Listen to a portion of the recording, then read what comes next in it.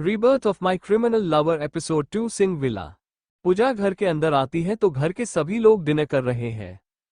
दी आ गई, विक्रम बोला। उसकी बात सुनकर राजीव जी और सुषमा जी सामने डोर की तरफ देखती है तो पूजा चुपचाप अपने रूम की तरफ जा रही थी तो राजीव जी पानी वाइफ को देखते हैं, जिसे देखकर सुषमा जी बोली, पूजा आओ डिनर करो बेटी। जिसे सुनकर पूजा रुककर उन्हें एक नजर देख फिर नामे सिर हिलाकर सीढ़ी पर अपना पहला कदम रखने वाली होती है। तभी राजीव बोले, पूजा हमने तुम्हारी साथी अपने दोस्त के बेटे के साथ पक्की कर दी है। जिसे सुनकर पूजा के कदम वही रुक जाता है और वो शौक होकर अपने पिता को देखती है तो राजीव जी बिना उसे देख बोले, ये मेरा आखिर फैसला है। कल तुम्हारी और आदित्य बेटे की सगाई है होटल में, जहां हमारे और उनके सारे मेहमान और शहर के बड़े बड़े लोग आएंगे, इसलिए बिना एक शब्द बोले चुपचाप अपने रूम जाकर सो जाओ। घर तुम्हें तैयार होना है और हाँ, कल तुम्हारी छोटी है, मैंने कमिश्नर सर से भी बात कर ली है। पूजा का चेहरा गुस्से से लाल होने लगता है और कुछ बोलती तभी सुषमा जी बोली, पूजा आंखें नीचे करो, डैड है ये तुम्हारे और हाँ अब बहुत हो चुका है, चुपचाप आदित्य के साथ सगाई और शादी कर लो ताकि हमें तुम्हारी चिंता ना रहे, समझी। मॉम में अब कोई बहाना नहीं, जाओ अपने रूम में सो जाओ। सुषमा जी गुस्से में बोली तो पूजा गुस्से में सीढ़ियों से अपने रूम में जाते हुए बोली, मुझे नहीं करना किसी अमीरजादे से शादी। पूजा ये लड़की, सुषमा जी अपना सिर पकड़कर बोली, ये सब आपके लड़ प्यार की वजह से ये लड़की इतनी बिगड़ गई है, लेकिन मेरी बात आप कान खोलकर सुन लो कि कल पूजा और आदित्य की सगाई होगी ही, बस बात खत्म। राजीव जी इतना बोल खड़े होकर अपने रूम में जाने लगते हैं गुस्से में, जिसे देख सुषमा बोली, मैं फंस गई इन बाप बेटी के बीच में। मॉम आप चिंता मत करो पूजा जी, ये शादी नहीं करनी वाली। विक्रम हंसते हुए बोला, तू चुप कर नालायक, ये नहीं कि अपनी बहन को समझाए। मॉम दी और मेरी बात माने हो ही नहीं सकता, उल्टा वो मुझे इतना पिटेगी जिसकी सीमा नहीं है। विक्रम बोला तो सुषमा जी बोला, रहने दे, मुझे ही उसे समझना होगा, मैं उससे सुबह बात करूंगी। इतना बोल वे भी उठकर चली जाती है, जिसे देख विक्रम मुस्कुराकर बोला, कल मजा तो आने वाला है, देखते हैं दी क्या करती है। पूजा अपने रूम में आकर गुस्से में बोली, क्या करूं मैं इन लोगों का, जब देखो तब मेरी शादी के पीछे पड़े हैं। अरे मैंने जब मना कर दिया है कि मुझे शादी नहीं करनी तो नहीं करनी, क्यों मेरे पीछे पड़े हैं हाथ धोकर। इतना बोल पूजा बेड पर लेटे जाती है अपनी आंखें बंद करके, तो उसके आंखों के आगे रियान का चेहरा आ जाता है। रियान तुम मिले भी तो इस तरह जहां तुम्हें मैं याद ही नहीं हूं, अब कैसे मैं तुम कहूं कि मैं तुमसे प्यार करती हूं और तुमसे हो शादी करना चाहती हूं। इतना बोल वो उदास हो जाती है। अगले दिन सुबह ही पूजा रियान के घर पहुंच जाती है जब वो काम पर जाने वाला था। अरे मैडम जी आप, खुशबू जो रियान के लिए थोड़े पोहे बना रही थी ताकि उसका भाई भूखे पेट ना जाए, वो डोर पर खड़ी पूजा को देख बोली, जो आज पुलिस वर्दी में नहीं बल्कि सदा कपड़े पहने हुए थी। पूजा खुशबू की बात सुनकर बोली, रियान कहाँ है खुशबू। खुशबू पूजा के पास आकर बोली, भाई नहा रहे हैं और वो आते होंगे, आप बैठो ना। इतना बोल वो उसके लिए बैठने की जगह करने लगती है तो पूजा मना करके बोली, नहीं इसकी जरूरत नहीं, तुम क्या बना रही हो। पूजा बोली तो खुशबू बोली, वो भाई के लिए पोहे, अच्छा तो थोड़े मुझे दो ना खाने के लिए। खुशबू हाँ में सिर हिला देती है और फिर एक प्लेट में आधे पोहे पूजा के लाती है तो मुस्कुरा कर खाने लगती है। सॉरी घर में ज्यादा खाने का सामान नहीं है, तो खुशबू अपना सिर नीचे करके बोली। तो पूजा पोहे खाते हुए बोली, तब भी ये मुझे बहुत पसंद आए मुझे। खुशबू बस मुस्कुरा देती है, तभी डोर से रियान आता है केबल टावल में, जिसे देखकर पूजा उसे मुंह खोले देखती रह जाती है। रियान की नजर जब पूजा पर पड़ती है तो वो जल्दी से पीछे पलटकर बोला, अरे मैडम जी आप यहाँ। पूजा जिसे सुनकर अपने चेहरे पर आए शर्म के भाव को छुपाकर खुशबू के हाथ में पोहे की प्लेट देकर बोली, तुम्हें लेने आए हो। जिसे सुनकर खुशबू और रियान की आंखें बड़ी बड़ी हो जाती हैं। नहीं नहीं मैडम, मेरे भाई को गिरफ्तार मत करो, अब उन्होंने कुछ नहीं किया। खुशबू रोते हुए बोली तो रियान भी वापस पलटकर पूजा को देखता है तो पूजा गहरी सांस लेकर बोली, सॉरी खुशबू, लेकिन मेरे पास अब कोई रास्ता नहीं बचा है, मुझे इन्हें गिरफ्तार करके उम्र भर की सजा देने ही होगी। नहीं मैडम ही प्लीज ऐसा मत करो, खुशबू पूजा के पैर पकड़कर बोली। लेकिन मैंने किया क्या मैडम जी, रियान कंफ्यूज होकर बोला तो पूजा खुशबू को उसके कंधे पकड़कर उठाकर बोली, तुमने बहुत बड़ा अपराध किया है रियान, जिसकी सजा की तुम अब मेरी कैद में रहने वाले हो उम्र भर के लिए। इतना बोल खुशबू के आंखों से आंसू साफ करने लगती है पूजा। मत करो ना ऐसा मैडम जी, वरना मैं नहीं जी पाऊंगी अपने भाई के। खुशबू पूजा के आगे हाथ जोड़कर बोली तो पूजा उसके हाथ नीचे करके उदास होकर बोली, खुशबू समझो यार, मेरे पास और कोई रास्ता नहीं है, अब तुम्हारे भाई को सजा देने होगी वरना मुझे उम्र की सजा मिलेगी। जिसे सुनकर रियान और खुशबू कंफ्यूज हो जाते हैं। तो पूजा बोली, रियान तुम कपड़े पहने चलो जल्दी, इस तरह खड़े जिससे मुझे प्रॉब्लम हो रही है। पूजा खुद के चेहरे को लाल होने बचाने के लिए बोली। तो रियान अपने कपड़े लेकर पर्दे के पीछे जाकर उन्हें पहनने लगता है। मैडम जी मेरे भाई को गिरफ्तार मत करो ना, वो बहुत अच्छे हैं। खुशबू बोली। तो पूजा बोली, हाँ ये भी उसकी गलती है जिससे उसे ये सजा मिलने वाली है। तभी रियान कपड़े पहनकर आ जाता है तो पूजा बोली, चलो रियान। जिसे सुनकर रियान खुशबू को देखकर उसे शांत रहने का इशारा करता है, लेकिन खुशबू रो जा रही थी तो पूजा कुछ सोचे कर बोली, अच्छा एक काम करो खुशबू, तुम भी आ जाओ रियान के साथ दहेज में। जिसे सुनकर रियान और खुशबू कंफ्यूज होकर एक दूसरे को देखते हैं। पूजा जो आगे बढ़ गई थी वो दोनों को पीछे खड़ा देखकर उन्हें घूरती है तो दोनों हल्दी हाँ में सिर हिलाकर पूजा के पीछे आने लगते हैं। पूजा मुस्करा देती है और फिर बाइक पर दिनों को बैठा कर बोली, चले अपने घर को लास्ट बार देख लो, अब तुम लोग यहाँ कभी नहीं आने वाले। पूजा बाइक चालू करने से पहले रियान और खुशबू से बोली। तो रियान और खुशबू दोनों अपने छोटे को उदास होकर देखते हैं। पूजा फिर बाइक आगे बढ़ा देती है। मैडम जी आप हम दोनों को क्यों ले जा रही है पुलिस थाने? खुशबू उदास होकर बोली। लास्ट में बैठा रियान हाँ में सिर हिलाकर बोला, बिल्कुल मैडम जी, आपको मुझे अकेले को ले जाना चाहिए था। नहीं भाई आप नहीं, मुझे। खुशबू बोली, नहीं छोटी तो छोटी है, मुझे जाना चाहिए। भाई आप जिद मत करो, मुझे जाना चाहिए, मना किया ना एक बार तुम्हें, मैं बड़ा हुआ जेल में जाऊंगा। रियान बोला और इसी तरह दोनों मिलकर पूजा का सिर पक्का देते हैं और वो गुस्से में बाइक रोक कर बोली, दोनों चुप हो जाओ वरना दोनों को गोली मार दूंगी। जिसे सुनकर दोनों जल्दी जल्दी नामे सिर हिला देते हैं। अच्छा उतारो अब। जिसे सुनकर रियान और खुशबू कंफ्यूज होकर उतर जाते हैं, फिर सामने देखकर शॉक हो जाते हैं। भाई हमें यहाँ क्यों लाया गया है, यहाँ तो लोगों को सजा मिलती है। खुशबू बोली। रियान हाँ में सिर हिला देता और फिर दोनों पूजा को देखते हैं जो अपनी बाइक को साइड में लगाकर रियान का हाथ पकड़कर बोली, चलो तुम्हें सजा दिलाती हूँ उम्र भर की। और रियान के साथ कोर्ट के अंदर जाती है जहां रामलाल खड़ा था अपने हाथ में माला और सुंदर की डिब्बी के साथ मंगलसूत्र लिए हुए। पूजा उसे देखकर बोली, सब तैयार है ना? रामलाल हाँ में सिर हिला देते हैं तो पूजा रियान को देखकर बोली, चलो, और वे दोनों रूम में अंदर आ जाते हैं। रियान के खुशबू और पूजा के पास रामलाल खड़ा था। सामने कुर्सी पर बैठे काले कोट पहने आदमी के आगे खुशबू हाथ जोड़कर बोली, साहब माफ कर दो मेरे भाई को, उन्होंने कुछ नहीं किया। हाँ मैंने कुछ नहीं किया, हम जाने दीजिए, रियान भी बोला। जिसे सुनकर वो आदमी पूजा को देखता है तो पूजा बोली, रियान हमारी शादी हो रही है, मैं तुम्हें उम्र भर के अपने पास रख रही हूँ, समझे? तुम अब साइन करो जल्दी। पूजा पेन उठाकर रियान के आगे करके बोली। तो रियान और खुशबू शौक होकर एक दूसरे को देखते हैं। मतलब कोर्ट मैरिज? खुशबू शौक होकर बोली तो पूजा हाँ में सिर हिला देती है। नहीं मुझे नहीं करना। रियान पेन वापस रखकर पलटकर बोला तो पूजा रामलाल की बंदूक निकालकर उसे रियान के ऊपर पॉइंट करके बोली, रुक जाओ रियान। जिसे सुनकर वो पलटकर पूजा को देखता है और बंदूक देख शौक रह जाता है। ये आप क्या कर रही है मैडम जी? शादी में तुमसे ही करूंगी रियान, फिर चाहे बंदूक के नोक पर क्यों ना हो। पूजा जिसे से बोली तो सभी शौक हो जाते हैं। मैडम ये गलत है, आप किसी से जबरदस्ती शादी नहीं कर सकती। पूजा के पीछे आदमी जो शादी कराता है वो बोला। तो पूजा पलटकर उसके सिर ऊपर बंदूक तानकर बोली, अब बोल। बिल्कुल कर सकती आप शादी, अरे जबरदस्ती शादी इज द बेस्ट शादी। वो आदमी दांत दिखाते हुए बोला। जिसे बाकी लोग हैरानी से देख रहे थे। रियान खुबसू को देखता है तो वो बेचारी खुद परेशान खड़ी थी। ये भगवान क्या जबरदस्ती है यार, ये एक पुलिस वाली शादी, यानी उसकी लाइफ में वो बार बार लॉकअप के अंदर बाहर ही होता रहे क्या वो? पूजा फिर पलटकर रियान के ऊपर बंदूक तान कर बोली, देख क्या रहे हो, अपने साइन करो जल्दी, मेरे पास इतना टाइम नहीं है कि मैं तुम्हें मनाऊं शादी के लिए, सोना बाबू बोलकर। पूजा की बात सुनकर खुशबू बोली, भाई सोच क्या रहे हो, करो ना जल्दी वरना मैं बिना भाई के रह जाऊंगी। खुशबू रोनी सी शकल बनाकर बोली।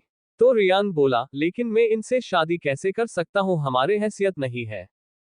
हैसियत गई तेल लेने, शादी कर चुपचाप। पूजा रियान की बात सुनकर गुस्से में बोली तो रियान और खुशबू शौक रह जाते हैं। लेकिन रियान अभी नहीं कर रहा था तो साइन, तो पूजा का दिमाग खराब होने लगता है तो वो उसकी कॉलर पकड़कर अपने तरफ खींचकर उसके आंखों में देखकर बोली, रियान साइन करो जल्दी, मैं मजाक के मूड में नहीं हूँ, बिल्कुल समझे, मैं नहीं चाहती कि मुझे अपने शादी के दिन ही अपने पति को गोली मारना पड़े, समझे। नहीं नहीं मैडम, भाई कर रहे हैं साइन, प्लीज आप बंदूक नीचे कर लो।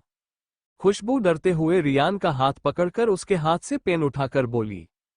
तो रियान अपने हाथ में पेन देख और फिर गुस्से में खड़ी इस पुलिस वाली को जो उसके साथ जबरदस्ती शादी कर रही है, अरे यार ऐसा कौन करता है, लड़की कब से किसी गरीब से जबरदस्ती शादी करने लगी, अब क्या करे, वो भाग भी नहीं सकता है क्योंकि खुशबू है यहाँ को, भाग गया तो पक्का ये गुंडी पुलिस वाली उसके बहन यहाँ पर है, क्या मुसीबत है यार।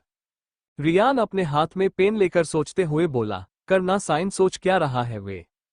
पूजा गुस्से में तेज आवाज में बोली तो उसकी आवाज सुनकर सभी काम उठते हैं और रियान के हाथ से पेन नीचे गिर जाती है और वो वापस पेन उठाकर बोला, नहीं नहीं मैं कर रहा हूं ना मैडम। इतना बोल वो गहरी सांस लेकर साइन कर ही देता है, जिसे देखकर पूजा उसके हाथ से पेन लेकर जल्दी से साइन कर देती है और सामने बैठे आदमी से बोली, लो शादी हो गई ना।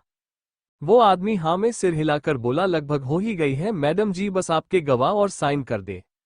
जिसे सुनकर पूजा खुशबू देखती है तो वो इतनी जल्दी साइन करती है कि रियान बस देखता ही रह जाता है कि सच में ये उसकी बहन है ना, इस इतनी जल्दी क्यों है भाई, क्या अपने भाई को सूली पे चढ़ता देख इस मजा आ रहा है। रियान ये सोचकर खुशबू को देख रहा था, वो साइन करने के बाद, सॉरी भाई मुझे इतनी जल्दी मरना नहीं है। इतना बोल वो मासूम सा चेहरा बनाकर रियान को देखने लगती है तो रियान बस गहरी सांस लेता है, अब वो इस क्या ही बोले, उसकी साली किस्मत ही खराब रही है हर बार।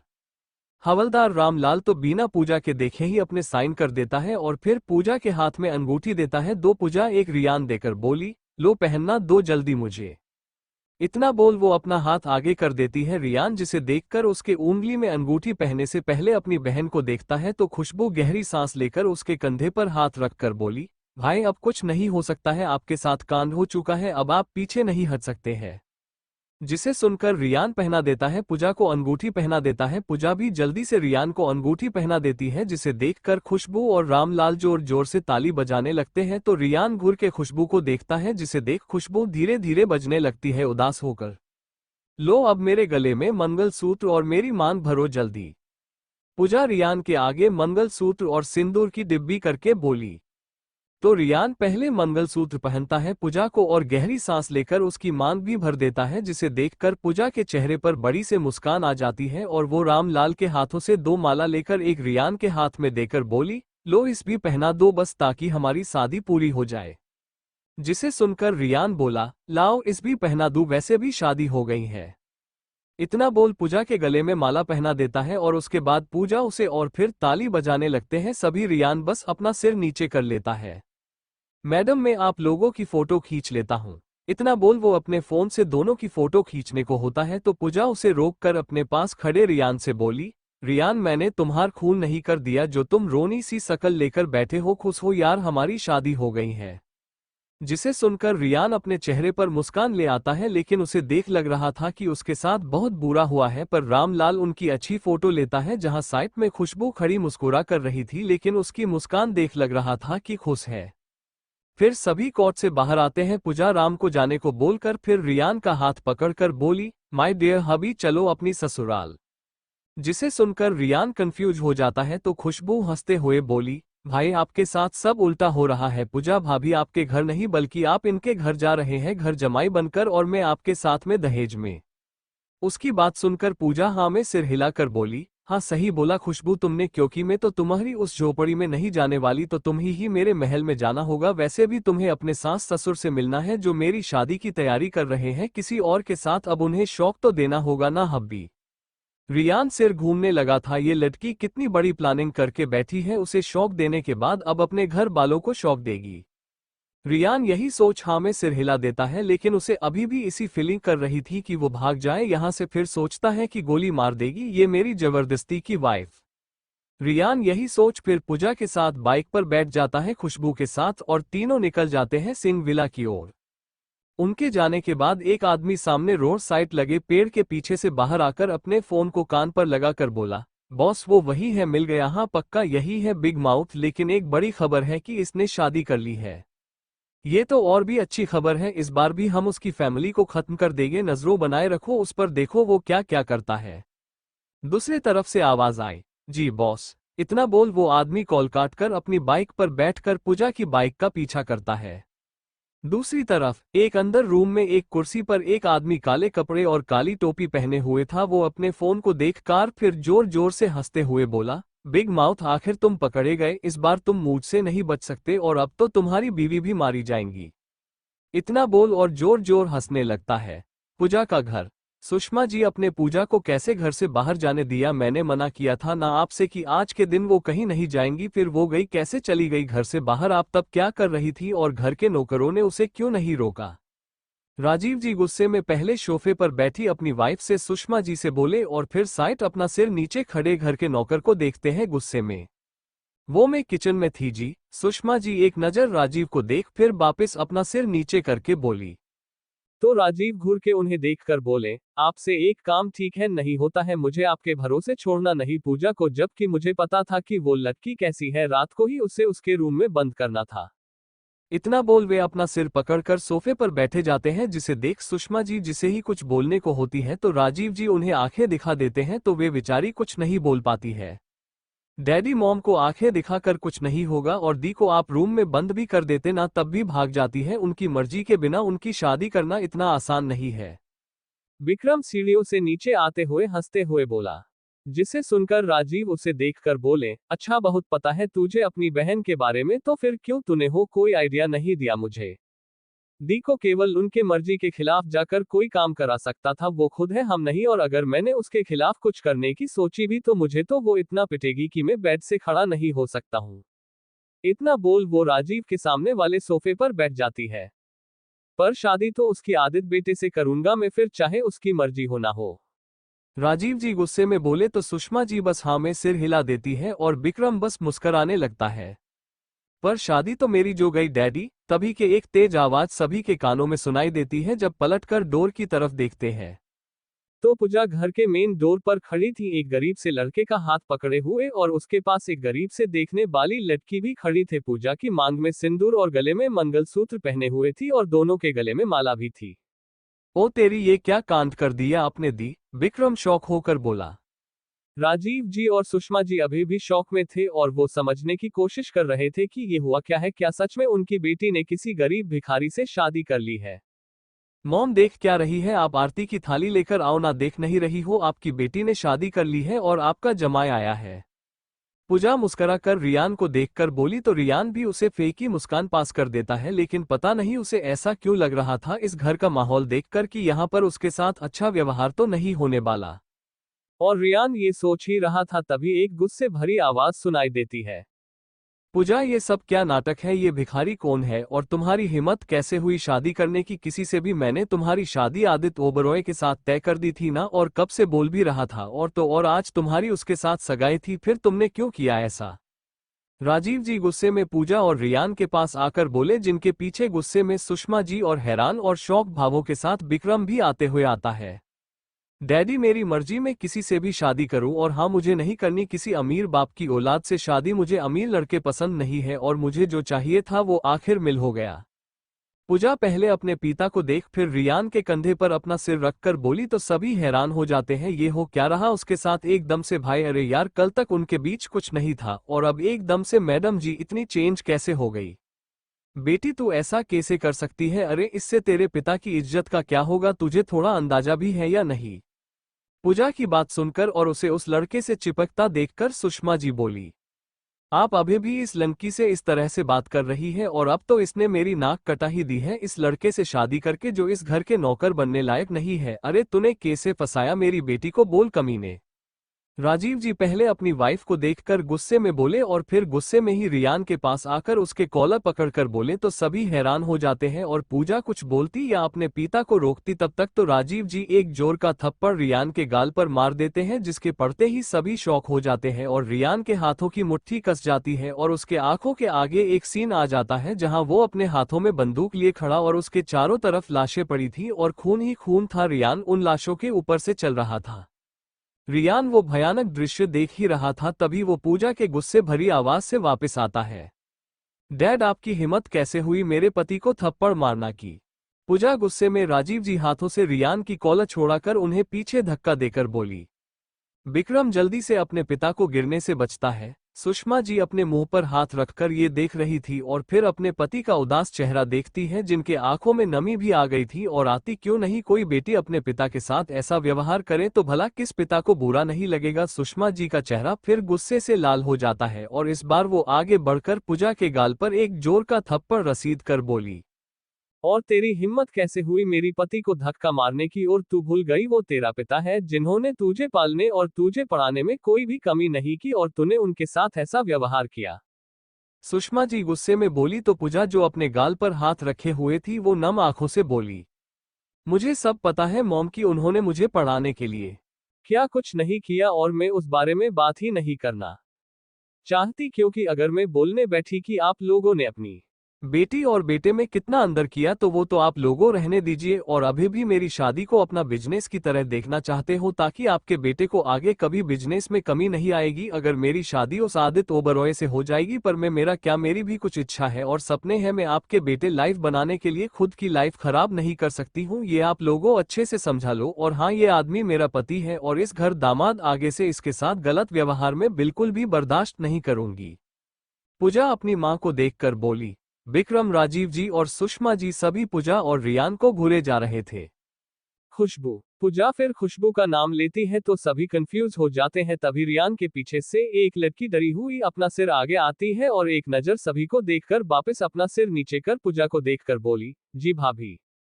विक्रम गौर से उस लड़की को देख रहा था और उसका चेहरा देखकर उसके दिल की धड़कन तेज हो जाती है। ये लड़की भले ही गरीब हो लेकिन कितनी खूबसूरत और मासूम है यार, और इसकी आवाज भी कितनी प्यारी है। खुशबू, वो देखो सामने किचन है, वहां जाओ और आरती की थाली लेकर आओ। जिसे सुनकर खुशबू एक नजर सुषमा जी को देखती है तो वो उसे घूर रही थी। तुम्हें किसी पर ध्यान देने की जरूरत नहीं है, मैंने बोला जो करो जाओ, और तुम्हें कोई कुछ भी नहीं बोलेगा, मैं हूं ना। पूजा अपनी मां को देखकर बोली तो वे बुरा सा मुंह कर दूसरी तरफ देखने लगती है।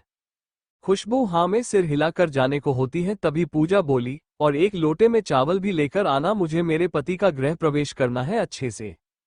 पूजा मुस्कुराकर रियान को देख बोली। रियान को तो अब समझ में नहीं आ रहा था कि हो क्या रहा है ये। खुशबू किचन की तरफ जाने लगती है। लड़की, तुम मेरे किचन में पैर भी नहीं रख सकती, समझी। सुषमा जी पलटकर खुशबू से गुस्से में बोली। खुशबू पलटकर सुषमा जी को देखती है जो उसे गुस्से से घुरे जा रही थी, जिसे देखकर वो जल्दी से अपना सिर नीचे कर लेती है। क्यों नहीं जा सकती मॉम, वो किचन में, वो भी अब इस घर का हिस्सा है। मत भूलो मेरे पति की बहन है तो अब वो सभी को तरह इस घर के किसी भी कोने में आ जा सकती है। पूजा अपनी माँ को देखकर बोली। तो सुषमा जी बोली, नहीं है ये लोग इस घर के हिस्सा, तुम्हारे कहने से क्या होता है। मैंने और तुम्हारे पिता ने इस लड़के को ना इस घर का बेटा माना है और ना इस लड़की को इस घर का हिस्सा, इसलिए इन्हें यहाँ से लेकर जाओ। सुषमा जी गुस्से बोली। तो खुशबू अपना सिर नीचे करे ही वापस आने को होती है तो पूजा बोली, खुशबू मैंने तुमसे जो बोला तुम वो करो और किसी की मत सुनो। पूजा खुशबू को देखकर बोली तो अपना सिर ऊपर करके सुषमा जी और राजीव को देखती है तो वे लोग उसे घुरे जा रहे थे। वो बेचारी अब क्या करे, उसे समझ नहीं आ रहा था। और उसकी हालत देखकर विक्रम को अंदर से हंसी आ रही थी, बहुत तेज, बेचारी फंस गई। उसके मॉम डैड और दी के बीच में रियान चुपचाप खड़ा था। वो सोच रहा था कि क्या अब उसकी हालत इस हो जागो जहां उसे पूजा जी के मॉम डैड की सुननी होगी और इनकी जबरदस्ती शादी में रहना होगा। खुशबू। पूजा खुशबू को अभी खड़ा देखकर बोली तो वो हाँ में सिर हिलाकर चली जाती है किचन में, और उसके जाते ही सुषमा जी पूजा से बोली, ये क्या था पूजा, तुम किसी को भी हमारे घर की किचन में कैसे जाने दे सकती हो। किसी को नहीं, खुशबू नाम है उसका, आप उसे अपनी बेटी ही समझना, मान लो कि आपकी एक बेटी वापस आ गई है। पूजा अपने पिता राजीव जी को घूर के बोली तो राजीव बस उसे शांति से देखने लगते हैं और सुषमा जी के आंखों में आंसू आ जाते हैं। रियान ये देख रहा था और उसे एहसास हुआ कि जरूर पूजा की कोई बहन भी थी, जिसके बारे सुनकर उनकी मां के भाव एकदम से चेंज हो गए। पूजा फिर गहरी सांस लेकर बोली, मॉम डैड आप लोग मेरी बात कान खोलकर सुन लो, मैं दी नहीं हूँ जो आप लोगों की बात मानकर अपना प्यार और अपना पति छोड़ दूंगी। मेरे लिए अपना रियान बहुत जरूरी है। तो आप लोग चाहते हैं कि इस घर में शांति बने रहे तो कि कुछ भी ऐसा मत करना जिससे मैं हमारा रिश्ता भूल जाऊं, समझे आप लोग। पूजा सामने खड़े तीनों लोगों को घूरे के देखकर बोली तो राजीव जी गुस्से में बोले, तुम भी मेरी बात कान खोलकर सुन लो पूजा की, मेरे होते हुए ये लड़का सिंह परिवार का सदस्य नहीं बन सकता। इसे इस घर में कोई भी इज्जत नहीं मिलेगी जो एक दामाद को मिलेगी, वो तो बिल्कुल भी नहीं। और इसके लिए यही सही होगा कि ये खुद इस घर और तुम्हारी लाइफ से भाग जाए, वरना वरना क्या आप दी की तरह हम भी अलग कर देंगे और मैं उस गम में आत्महत्या कर लूंगी, ये सोच रहे हैं आप? पूजा घूर के अपने पिता से बोली। पूजा, क्या बोले जा रही हो तुम? सुषमा जी गुस्से में बोली तो पूजा अपने पिता को देखकर बोली, बिल्कुल वही जो आपके पति के दिमाग में इस समय चल रहा है मॉम, पर इन्हें नहीं पता इस बार अगर इन्होंने ऐसा कुछ करने की कोशिश भी की तो मुझे से भी बुरा कोई नहीं होगा। और वो अपने पिता को घूरने लगती है और जो उसे ही घूरे जा रहे थे। और ये देखकर रियान और सुषमा जी परेशान हो रहे थे। तभी किचन से खुशबू बाहर आती है अपने एक हाथ में आरती की थाली लेकर और दूसरे हाथ में एक लोटा लेकर जिसमें चावल रखे हुए थे। पूजा जैसे देखकर बोली, लोटे को तुम रियान के पैर के सामने रखो और आरती की थाली। इतना बोल वो अपनी मां को देखती है जो दूसरे तरफ अपना मुंह करे हुए थी। मॉम, आप ये नहीं करना चाहती तो कोई बात नहीं, मैं खुशबू से करा लूंगी, लेकिन मेरे दिल से इच्छा थी कि मेरे पति का वेलकम मेरी माँ करे। पहली बार मेरे लाइफ में कोई खुशी आई है, क्या आप इस भी अपने पति के चक्कर नहीं करेगी? पूजा अपनी माँ को देखकर बोली तो सुषमा जी अपने पति को देखती है, शांत खड़े थे। खुशबू, तुम करो, कोई नहीं है मेरा इस घर में। पूजा गहरी सांस लेकर बोली। तो खुशबू एक नज़र सभी को देख फिर अपने भाई और भाभी की आरती करने लगती है। पूजा अब अपने मॉम डैड की तरफ नहीं देखती है और रियान का हाथ पकड़कर घर के अंदर आ जाती है। रियान उस लोटे में हल्का सा पैर मारकर अंदर आता है। राजीव जी ये देखकर गुस्से से पलटकर जाते हुए सुषमा जी से बोले, मर गई मेरी एक और बेटी, आज से चलो आप मेरा टिफिन तैयार करो, मुझे ऑफिस के लिए लेट हो रहा है। इतना बोल वे सीढ़ियों से अपने रूम में चली जाते हैं और उनकी बात सुनकर सुषमा जी शौक रह जाती है और पूजा को देखती है जिसके चेहरे पर फेकी मुस्कान थी। सुषमा जी ये देखकर अपने आंखों में आए आंसू को साफ करके किचन में चली जाती है। खुशबू, तुम्हारा रूम ऊपर मेरे रूम के पास वाला है तो तुम जाकर देख लेना, और हाँ, उनके खाना बनाने के बाद तुम हम तीनों के लिए खाना बना लेना अलग से। पूजा पहले खुशबू को उसका रूम देखा कर बोली तो खुशबू हाँ में सिर हिला देती है। चलो हब्बी, मैं आपको हमारा रूम देखती हूँ। पूजा रियान का हाथ पकड़े ही उसे सीढ़ियों से ऊपर अपने रूम की तरफ ले जाते हुए बोली और चुपचाप चला जाता। उसे इसी फीलिंग आ रही थी कि वो लड़की है और पूजा जी लड़का जिसने उससे जबरदस्ती शादी की है और वो अपने ससुराल आए हो और जहां पूरा फैमिली ड्रामा देखने के बाद उसका पति उसे अपने रूम में लेकर जा रहा हो और वो बेचारी किसी अबला नारी की तरह बस उसके साथ चल रहा हो। पर फर्क इतना है कि वो अबला पुरुष है।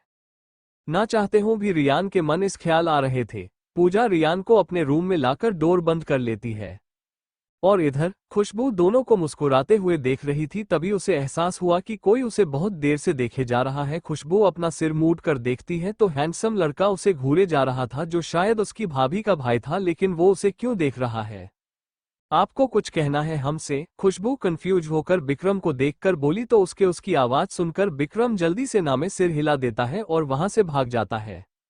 अरे सुनो तो, हमें तो आपसे बात करनी। खुशबू उस लड़के को इस तरह जाते हुए देख बोली पर वो नहीं रुकता है तो खुशबू उदास होकर बोली, अजीब आदमी हमसे दूर तो इसे भागा जैसे हम उसे भूत और उसे खा जाएंगे, लेकिन अब हम क्या करें? पहले अपना रूम देखें या आंटी के पास जाकर उनसे बात करने की कोशिश करें? पर वो हम पर गुस्सा हुई तो देखते कुछ बोलेगी, वापस आ जाऊंगी।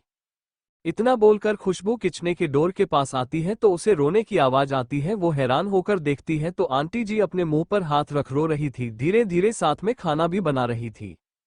सिंह विला में पूजा के रूम में पूजा डोर बंद करके गुस्से से पीछे पलटकर रियान को देखती है जो चुपचाप खड़ा था। पूजा को खुद को गुस्से से घूरता देखता देख रियान डरते हुए बोला, क्या पूजा जी आप मुझे इस तरह क्यों देख रही है? मैंने क्या किया? आपने क्या किया? आपकी हरकतें मुझे बहुत गुस्सा दिला रही थी रियान, और आपकी हिम्मत कैसे हुई थी शादी के लिए मुझे से मना करने की? पूजा गुस्से में अपने कदम रियान की तरफ बढ़ाते हुए बोली तो रियान डर से कांपते हुए अपने कदम पीछे लेते हुए बोला, वो मेरे पास क्या जवाब दो रियान, आपने सबके सामने मुझे शर्मांता किया शादी करने से मना करके। पूजा रियान के पास आकर गुस्से में बोली और रियान के पीछे अब बेड आ गया था। वो मैं आपसे शादी कैसे कर सकता था पूजा जी, आप इतनी बड़ी और मैं गरीब, मेरी हैसियत नहीं है। रियान पूजा को अपने इतने पास देखकर अपना सिर नीचे करके बोला तो पूजा उसकी कॉलर पकड़कर उसे खुद से चिपका कर बोली, रियान मेरी आंखों में देखो, अपना सिर ऊपर करो, मैंने कहा ना अपना सिर ऊपर करो। पूजा गुस्से से चीख कर बोली, जिसे सुनकर रियान डर से जल्दी से अपना सिर ऊपर कर लेता है और उसके आंखों में आंसू आ गए थे। पूजा जब ये देखती है तो उसका गुस्सा एकदम से शांत हो जाता है और रियान को इतना डरा हुआ घबराया हुआ देखकर रियान के कमर में हाथ डाल उसे खुद से चिपका कर फिर अपने होठों से रियान के गालों पर आए आंसू पी जाती है एक एक से। और रियान बस अपनी आंखें बड़ी बड़ी करके ये देखता रहता है। पूजा अपनी आंखें बंद करे हुए थी उसे समय, और वो ऐसा करने के बाद अपनी आंखें खोलकर रियान को देखकर फिर उसके होठों को देखती है अपने सूखे गाले से, तो रियान के दिल की धड़कन तेज हो जाती है। पूजा मैडम जी आप ये, लेकिन आगे कुछ बोलता तभी पूजा एकदम से रियान के होठों को अपने होठों से बस छू लेती है और उसके ऐसा करते ही दोनों के दिल की धड़कन दोनों को महसूस होने लगी थी। रियान फिर आंखें बंद कर लेता है और पीछे बेड पर गिरने लगता है और उसके साथ पूजा भी गिरने लगती है। दोनों के होठों एक दूसरे से टच थे। बेड पर गिरते ही पूजा भी उसके ऊपर ही गिर पड़ती है। रियान के ऊपर पूजा की पूरी बॉडी टच होती है तो वो हाथों की मुट्ठी कस लेता है। पूजा खुद को खुद हुए रियान को किस करने लगती है, लेकिन रियान पूजा के ऐसा करने से उसे कुछ याद आता है जहां वो कुछ लोगों के बीच में पड़ा हुआ था बेहोश, और एक लड़की उसके ऊपर आकर उसे किस करने लगती है जबरदस्ती। वो बहुत बुरा एहसास था रियान के लिए। आसपास खड़े लोगों जोर जोर हंसते हुए उस लड़की मोहिनी का नाम लिए जा रहे थे और सामने एक आदमी बड़ी सी कुर्सी पर बैठा हुआ था जो काले कपड़े और काली टोपी के साथ अपने चेहरे पर काला चश्मा लगाए हुए था और उसके चेहरे पर शांति मुस्कान थी। वो लड़की फिर सबके सामने रियान के शर्ट के बटन खोलने लगती है और फिर उसके सीने पर किस करके उसके पैंट की तरफ अपना हाथ बढ़ाकर उसके अंडरवियर में हाथ डालने को होती है। और ये देखकर रियान एकदम से अपनी आंखें खोलकर अपने ऊपर लेटी पूजा को खुद से दूर धक्का कर हटा देता है, वो लड़की समझकर। दूर हटो मेरे ऊपर से, इतना बोल वो बेड से उतरकर दूर खड़ा होकर पूजा को लाल आंखों से घूरने लगता है। पूजा रियान के एकदम से ऐसा करने से हैरान थी और रियान को खुद गुस्से से घूरता देखकर बोली, हब्बी क्या हुआ, आप मुझे इस तरह क्यों घूर रहे हैं? मैं आपकी कुछ नहीं, आप मेरी समझी, और हाँ आगे से मेरे पास भी मत आना। रियान पूजा की तरफ उंगली पॉइंट करके बोला तो अब पूजा के चेहरे के भाव भी एकदम से चेंज हो गए थे। क्या कहा आपने कि मैं आपकी कोई नहीं हूं? इतना बोल वो बेड से उठकर रियान को घूरती है तो रियान पलटकर बोला, हाँ नहीं है, अपने शादी जबरदस्ती की बंदूक की नोक पर, इसलिए मैं इस शादी को नहीं मानता हूं। लेकिन तभी पूजा का गुस्सा सातवें आसमान पर पहुंच जाता है और तेज कदमों से रियान के पास आकर उसे कंधे से पकड़कर फिर अपने तरफ मोड़कर बोली, क्या कहा आपने? फिर से बोलना। देखो आप मुझे डरा नहीं सकती, मैं एक मर्द हूं और मैं आपसे नहीं डरता हूं, मैं ये शादी नहीं मानता हूं। रियान की बात सुनकर पूजा एक जोर मुक्का उसके पेट में मारती है तो रियान दर्द में अपने पेट पर हाथ रखकर बोला, मार दिया रहे। इतना बोल वही जमीन पर घुटनों के बल बैठकर अपने सामने खड़ी पुलिस वाली बीबी को देखकर बोला, मुझे दर्द नहीं हुआ बिल्कुल, समझिए आप, और नहीं मानता मैं आपको अपनी वाइफ। रियान फिर से खड़ा होकर बोला तो पूजा गुस्से में उसके चेहरे पर लगातार 2 मुक्के मार देती है। रियान अपने नाक और मुंह पर हाथ रखकर बोला और गिर देखता है वहां हेल्प खून आ गया था। वो शौक में कभी पूजा को देखता है तो कभी अपने खून को। बोलो मैं तुम्हारी वाइफ हूं, बोलो, पूजा गुस्से में चीख कर बोली और उसका हाथ की मुट्ठी अभी भी कसी हुई थी। रियान नामे सिर हिला देता है तो उसके पेट में फिर से एक मुक्का पड़ता है तो वो 2 कदम दूर जाकर बेड पर हाथ रख वहीं नीचे बैठ जाता है दर्द में। अब बोलो कि मैं तुम्हारी वाइफ हूं रियान, वरना मैं तुम मार दूंगी, समझे? रियान नामे से हिलाकर बोला, कभी नहीं बोलूंगा। जिसे सुनकर पूजा अब की बार उसकी अच्छे से पिटाई कर देती हूँ। कुछ देर बाद रियान जमीन पर पड़ा हुआ था मरी हालत में और वो अपने एक आंखें जबरदस्ती खोलकर दर्द में बोला, नहीं हो आप मेरी वाइफ। जिसे सुनकर पूजा उसे मार पाती उससे पहले बेहोश हो जाता है, जिसे देखकर पूजा गुस्से में एक मुक्का साइड दीवार में मारकर गुस्से से रियान को देखकर फिर पलटकर चली जाती है गुस्से में रूम से बाहर, और डोर खोलते ही उसे विक्रम दिखाई देता है जो कान लगाकर अंदर से मारपीट की आवाज सुन रहा था। और पूजा को देख और उसका गुस्सा भर चेहरा देख वो तेजी से हवा की गति से पास वाले अपने रूम में चला जाता है। पूजा फिर वहां से ऊपर सीढ़ियों से एक अंदर रूम में जाकर गुस्से में डोर बंद कर लेती है और फिर अंदर से तेज तेज मुक्का कुछ टूटने और फूटने की आवाज आने लगती है। किचन में खुशबू पूजा की मां को रोते हुए देखकर बोली, आंटी जी क्या मैं अंदर आ सकती हूँ? जिसे सुनकर सुषमा जी जल्दी से अपने आंखों से आंसू साफ करके बोली, अब क्यों पूछ रही हो? जब तुम्हारी भाभी बोल दिया कि तुम कहीं भी आ जा सकती हो, तुम इस घर के मालिक के बराबर हो। जिसे सुनकर खुशबू अपना सिर नीचे करके बोली, माफ कर दो हमें आंटी जी, लेकिन भाभी के गुस्से से हम डरते हैं, वरना हमारी हिम्मत कहाँ कि हम इस बेड से घर में पैर भी रख सकें। खुशबू की बात सुनकर सुषमा जी कुछ नहीं बोलती है तो खुशबू हिम्मत करके अंदर आकर बोली, क्या हम आपकी मदद करें? जिसे सुनकर सुषमा जी उसे घूर के देखकर बोली, अपना काम करो, मेरे साथ अच्छा बनने की कोशिश मत करना। लड़की मैं अच्छे तरह से जानती हूँ तुम लोगों को। तुम अमीर लड़के या लड़की को अपने प्यार के जाल में फंसा कर उनकी सारी दौलत अपने नाम कर लेते हैं। मेरी बेटी तुम लोगों के जाल में फंस चुकी है, लेकिन याद रखना जिस दिन उसके आंखें तुम लोगों की सच्चाई है तो वो 2 मिनट नहीं सोचेगी तुम और तुम्हारे भाई को घर से बाहर फेंकने में। सुषमा जी गुस्से में बोली तो खुशबू अपना सिर नीचे करके बोली, आंटी जी आप हमें गलत समझ रही है। मेरे भाई ने नहीं बोला था शादी का, वो तो सही जानते भी नहीं है पूजा मैडम को। मैडम ने ही जबरदस्ती शादी की उनसे, वो भी बंदूक की नोक पर। सुषमा जी हैरान हो जाती है, लेकिन फिर कुछ सोचकर खुशबू की तरफ से अपना मुंह फेर कर बोली, मैं तुम लोगों को बातों में नहीं आऊंगी समझी। खुशबू अपना सिर ऊपर करके नम आंखों से बोली, मेरे भाई और मैंने कुछ गलत नहीं किया, फिर भी आपको लग रहा है कि हम गलत हैं तो हमें माफ कर दो। इतना बोल वो रोते हुए वहां से चली जाती है और सुषमा जी उसे इस तरह जाते हुए देख बोली, क्या नाटक करती है ये लड़की। इतना बोल वो बुरा सा मुंह बनाकर अपना काम करने लगती है। रात के समय सभी लोग डिनर करके अपने अपने रूम में चले जाते हैं। खुशबू सभी बर्तन लेकर किचन में चली जाती है। विक्रम सभी के जाने के बाद कुछ सोचकर किचन के डोर के पास खड़ा होकर खुशबू को बर्तन धोते हुए देखने लगता है। खुशबू मुस्कुराकर काम कर रही थी और विक्रम उसके चेहरे की मुस्कान देख रहा है। आप मुझे इस तरह क्यों बार बार छुप कर देखते हो? खुशबू बिना पीछे पलटे बोली, पर विक्रम कुछ नहीं बोलता है तो वो पलट कर उसे देखती है तो वो उसे देख जा रहा था। खुशबू कंफ्यूज होकर फिर कुछ सोचकर उसके पास आकर खड़ी हो जाती है, लेकिन तब भी विक्रम को खोया हुआ देखकर खुशबू उसके कंधे पर हाथ रखकर बोली, क्या आप ठीक है? आपको कोई बीमारी तो नहीं है? जिसे सुनकर विक्रम उसे देखता है और फिर उसके हाथ को जिसे देख उसके दिल की धड़कन तेज हो जाती है और वो अपनी आंखें बंद करके बोला, नहीं बिल्कुल भी नहीं हूं, मैं ठीक नहीं हूं और अगर तुम्हारा हाथ मेरे कंधे से नहीं हटा तो मैं सच में बीमारी हो जाऊंगा। विक्रम की बात सुनकर खुशबू जल्दी से अपना हाथ हटाकर बोली, सॉरी वो मैं बस। कोई बात नहीं। इतना बोल बोल विक्रम पलटकर जाने लगता है तो खुशबू बोली, रोको, अरे हमसे बात तो करो कुछ, हम बोर हो रहे हैं यार सुबह से। जिसे सुनकर विक्रम पीछे पलटकर खुशबू को देखता है तो वो मुस्कुरा कर बोली, आओ तुम बस साइड में खड़े रहना, काम में कर लूंगी।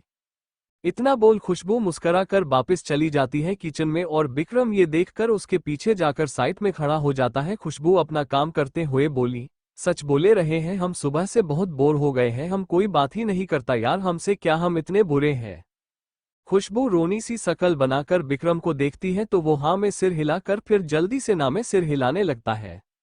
वही तो, हम भला बुरे कैसे हो गए? अरे हमने किसी के यहाँ चोरी की या किसी का खून किया या फिर किसी को धोखा दिया नहीं दिया ना? विक्रम हाँ में सिर हिला देता है तो खुशबू बोली, वही तो यार, अब ये बात कोई क्यों नहीं समझ रहा है? हम कितने अच्छे हैं ये सबको पता होना चाहिए। वैसे हमारा भाई भी यही कहता है कि हम बहुत प्यारी और अच्छी है, पर तो बाकी लोग ऐसा क्यों नहीं बोलते कि हम अच्छे हैं? खुशबू बोले जा रही थी और विक्रम उसके बातों सुनकर बस हाँ और ना में सिर हिला रहा था। दूसरी तरफ पूजा के रूम में रियान बेड पर लेटा किसी गहरी सोच में डूबा हुआ था। तभी बाथरूम का डोर एकदम से खोलता है, जिसकी आवाज से रियान अपनी सोच से बाहर आकर बाथरूम की तरफ देखता है तो उसकी आंखें बड़ी बड़ी हो जाती हैं। ये उसने पहली बार देखा था। पूजा रेड रंग की ड्रेस पहने बाहर आई थी। पूजा को इतने छोटे कपड़े में देखकर रियान के दिल की धड़कन तेज हो गई थी। मैडम जी आप प्लीज पूरे कपड़े पहन लो, ये अच्छी नहीं है।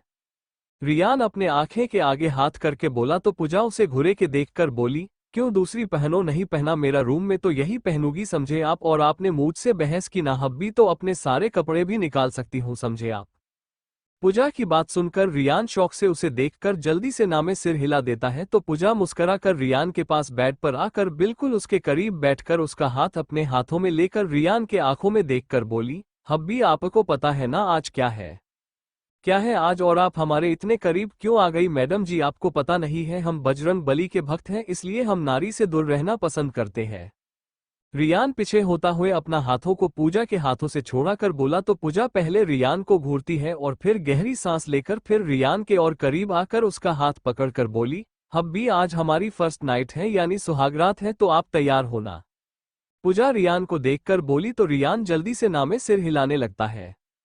पूजा रियान का चेहरा अपने हाथों में लेकर बोली, हब्बी ये नाइट इंसान के लाइफ में सिर्फ एक बार आती है जिस वो अपने पार्टनर के साथ पूरी रात एंजॉय करता है सब कुछ भूलकर। लेकिन क्यों आती है यार ये नाइट? पूजा के ऐसा करने से रियान घबराते हुए रोनी सी शकल बनाकर बोला तो पूजा उसके होठों के पास अपने होठों को ले जाते हुए बोली, इसलिए हब्बी ताकि मैं आपको प्यार कर सकूं, आप भूखे ना प्यार के। नहीं, ने बिल्कुल भी भूखा नहीं हूं, मैंने अभी अभी भर पेट खाना खा लिया है और आप प्लीज मुझे छोड़ दो। रियान अपना सिर पीछे ले जाते हुए पूजा के होठों से अपने होठों को दूर करके बोला। तभी पूजा रियान का सिर अपने करीब लाकर उसके होठों को अपने होठों के पास लाकर फिर हल्के से उन्हें छूकर अपनी आंखें बंद करके बोली, हाँ यही है वो एहसास जिसके लिए मैं तड़प रही थी, आखिर मैंने इस एहसास को पा ही लिया। तभी रियान पूजा के कंधे पर हाथ रखकर उसे खुद से दूर धक्का देकर बोला, मैंने कहा ना दूर रहो मुझसे और ये सब गलत है। रियान अपने होठों को साफ करके बोला और पूजा जो साइड में बेड पर गिर पड़ी थी वो गुस्से से रियान को देखने लगती है। मुझसे दूर रहो, जब मैं ये शादी नहीं मानता तो कौन सी फर्स्ट नाइट और कौन सी सुहागरात, कुछ नहीं है और मुझे नहीं करना आपके साथ ऐसा, समझिए आप। रियान इतना बोल खड़े होकर बालकनी की ओर जाने लगता है तो पूजा गुस्से से बोली, रियान मैंने सोचा था कि मैं ये सब प्यार से करूंगी आपके साथ, लेकिन आपने आप हो ही नहीं प्यार करने के लायक, आपके साथ मुझे जबरदस्ती करनी ही पड़ेगी, समझे आप। इतना बोल पूजा गुस्से में खड़े होकर बेड से फिर अलमारी में रस्सी का छोटा सा टुकड़ा लेकर रियान के पास आती है जो शौक में खड़ा था। ये आप क्या कर रही हैं मैडम जी, मत करो प्लीज। रियान पूजा के ऐसा करने से और उसे अपने पास आता देखकर अपने कदम पीछे लेकर बोला, लेकिन अब शायद पूजा का गुस्सा 7वें आसमान पर पहुंच चुका था और वो रियान का हाथ पकड़कर उसे गुस्से में बेड के पास लाते हुए बोली, आप ना हब्बी प्यार से कोई बात समझते नहीं हो, मैंने कितनी कोशिश सब कुछ प्यार से करने की, ऐसी ड्रेस पहनी जैसे पहनना मुझे खुद पसंद नहीं था आपके लिए ताकि आप कुछ करें, लेकिन नहीं, आप कुछ नहीं करेंगे तो फिर लो अब मैं ही सब कुछ कर लूंगी, आप बस बेड पर पड़े रहो, बाकी का काम मैं कर लूंगी, मुझे जो चाहिए वो चाहिए बस, और मैं उसके लिए किसी भी हद तक जा सकती हूँ, समझे आप। पूजा रियान को बेड पर लेटा कर उसके दोनों हाथ बेड से बांध कर बोली तो रियान ना में सिर हिलाकर बोला, नहीं मैडम जी ऐसा मत कीजिए प्लीज, सब कुछ में जबरदस्ती की जा सकती है लेकिन हम किसी के प्यार को पाने के लिए ऐसा नहीं कर सकते, आपके ऐसा करने से सब कुछ खत्म हो जाएगा, मैं फिर कभी आप पर विश्वास नहीं कर पाऊंगा, प्लीज समझो मेरी बात को। लेकिन पूजा अब कुछ समझने या सोचने की हालत में नहीं थी, उसने उसके शर्ट के बटन खोलकर शर्ट निकालकर दूर फेंक दी थी। ये देखकर रियान अपनी आंखें बंद कर लेता है। पूजा उसके सीने पर किस करके बोली, मत करना मुझ पर विश्वास, मुझे जरूरत भी नहीं है हब्बी, क्योंकि विश्वास पाए रिश्ता टेकना उन कमजोर लोगों का काम है जो अपने प्यार का हासिल नहीं कर सकते हैं। फिर से पूजा सिंह को जो चीज मिलती नहीं है उसे वो दूसरे से छीन लेती है, समझे आप। इतना बोल पूजा रियान का पैंट भी निकाल कर देती है और उसके पैरों पर हाथ फेरते हुए बोली, आज मुझे कोई नहीं रोक सकता, मैंने पूरे 3 साल इंतजार किया है आपका और इस रात का बस अब और नहीं।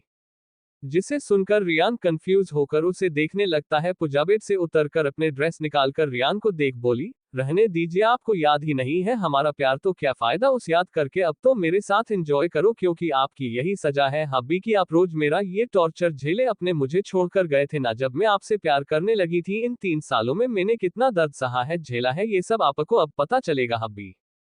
पूजा अपने आंखों में आए आंसू साफ करके बोली और अपने सारे कपड़े निकल कर रियान के पास आकर उसका अंडरवियर निकाल कर देखती है और फिर रियान को देखकर बोली, चलो आज है, आपने 3 सालों में किसी और लड़की के साथ नहीं किया। रियान पूजा को इस हालत में देखकर और उसकी बातें सुनकर बस अपना चेहरा दूसरी तरफ कर लेता है। शायद उसे पूजा से ये उम्मीद नहीं थी। पूजा उसी हालत में जाकर अलमारी से बालों को काटने वाली छोटी मशीन लाकर रियान के वहां के सारे बालों को उसी समय काटकर उन्हें एक कपड़े पर रख फेंक देती है और फिर उस मशीन को एक कर रियान के ऊपर बैठ जाती है तो उस एहसास से दोनों अपनी आंखें बंद कर लेते हैं। पूजा उसे पकड़कर अपने अंदर लेती है, थोड़ा सा दर्द में उसके मुंह से आ निकल जाती है और मुस्कुराकर अपनी आंखें खोलकर पूरी ताकत से रियान को अपने अदन लेती है तो उसके आंखों से आंसू बहने लगते हैं, पर उसे उसमें खुशी हो रही थी। रियान उदास होकर पूजा के ऐसा करने से उसे देखता है और फिर अपने आंखों से आंसू साफ कर लेता है। पूजा फिर शुरू हो जाती है और रियान पास चुपचाप पधा रहा था किसी बेजान की तरह, लेकिन पूजा को कोई फर्क नहीं पड़ रहा था, वो तो उस चीज को एंजॉय कर रही थी बस। शायद उसे सिर्फ अपनी तड़प, अपना दर्द और अपना इंतजार से मतलब था, रियान से नहीं। उसे लगता है कि रियान ने उसके साथ गलत किया तो उसे उसके किए की सजा तो मिलने ही चाहिए थी और यही सोच वो तेज तेज करे जा रही है, रियान के सीने पर हाथ रख ऊपर नीचे होकर, और रियान बस उसे देख रहा था। ऐसा करते हुए एक पल के लिए उसके चेहरे पर खुशी के भाव या मुंह से आ नहीं निकली। कुछ देर बाद रियान के खत्म होते हुए पूजा उसके ऊपर गिर पड़ती है, उसे अपने अंदर लिए और फिर रियान के सीने पर किस करके बोली, अब मैं तुम्हें कभी खुद से दूर नहीं जाने दूंगी हब्बी। मुंबई शहर के एक होटल रूम में बेबी छोड़ो मुझे। उस रूम में एक हैंडसम लड़का अपने गोद में एक लड़की को लेकर आया तो वो लड़की बोली, शर्माते हुए बोली, जिसे सुनकर वो लड़का मुस्कुरा कर उसे बेड पर लिटा कर बोला, नहीं बेबी आज रात नहीं, बहुत इंतजार कराया तुमने मुझे, अब और नहीं बेबी। इतना बोल वो उसे लड़की का टॉप निकालने को होता है तभी वो लड़की डोर की तरफ देखकर बोली, बेबी जाओ पहले डोर बंद कर दो ना। वो लड़का एक नज़र डोर को खोला देखकर फिर हाँ में सिर हिलाकर जाकर डोर बंद करके वापस पलट उस लड़की के पास आने लगता है तो वो लड़की अपने टॉप खोलकर बैठी थी, शर्मा कर उस लड़के को देख रही थी। बहुत खूब बेबी। इतना बोल वो अपने कपड़े निकालकर केवल अंडरवियर में उस लड़की के करीब आकर उसे धीरे से अपने बाहों में भर लेता है कसके। वो लड़का उसे लड़की के गर्दन पर किस कर उसे बड़े पर लेटा कर फिर उसके उसके ऊपर आकर उसे किस करने लगता है। वो लड़की मुस्कुराकर उसका साथ दे रही थी और कुछ देर बाद जब सब कुछ खत्म हो जाती है तो वो लड़का साइड में गिर पड़ता है, जिसे देख वो लड़की के चेहरे पर मुस्कान आ जाती है और उसे तरफ देखकर बोली, क्या तुम खुश हो ना। वो लड़का मुस्कुरा कर हाँ में सिर हिला देता है तो वो लड़की खुश होकर उसके सीने से चिपक कर बोली, विक्की मैंने तुम्हारी ये इच्छा भी पूरी कर दी, तुम्हें जो चाहिए था वो भी मिल गया, अब तो हम अपने रिश्ते के बारे में घर पर बता देना चाहिए ताकि हमारी शादी हो सके, ताकि इस रिश्ते को एक नाम मिले। वो लड़की बोल जा रही थी और उस लड़के यानी विक्की के चेहरे के भाव चेंज होने लगे थे और वो फिर उस लड़की को कंधे से पकड़कर खुद से दूर करके बोला, क्या बकवास कर रही हो तुम, शादी और तुमसे। वो लड़की बिक्की की बात सुनकर और उसके ऐसा करने से हैरान थी तो बिक्की बेड से उठकर नीचे पड़े अपने कपड़े उठाकर उन्हें पहनते हुए बोला, देखो बेबी बिक्की के लाइफ में तुमसे पहले कई लड़की आई और चली गई, मैंने उनसे यही बोला था कि मुझे शादी नहीं करनी क्योंकि वो तो मेरे डैड के पसंद के लड़की से होगी। हाँ तुम्हें पैसे चाहिए तो बोलो, वो तुम्हें दे सकता हूँ, जितना बोलो उतने मिलेंगे और एंजॉय हम दोनों ने किया, अब तुम अपने रास्ते और मैं अपने रास्ते। इतना बोल वो अपने पैंट का हुक लगाकर खड़ा हो जाता है, पलट कर देखता है तो वो लड़की नम आंखों से उसे देख रही थी तो बिक्की चिढ़ते हुए बोला, यार रोना मत, मुझे ये बिल्कुल भी पसंद नहीं है, लो पकड़ो, इसमें 1-2 लाख रुपए हैं, इनसे एंजॉय करना।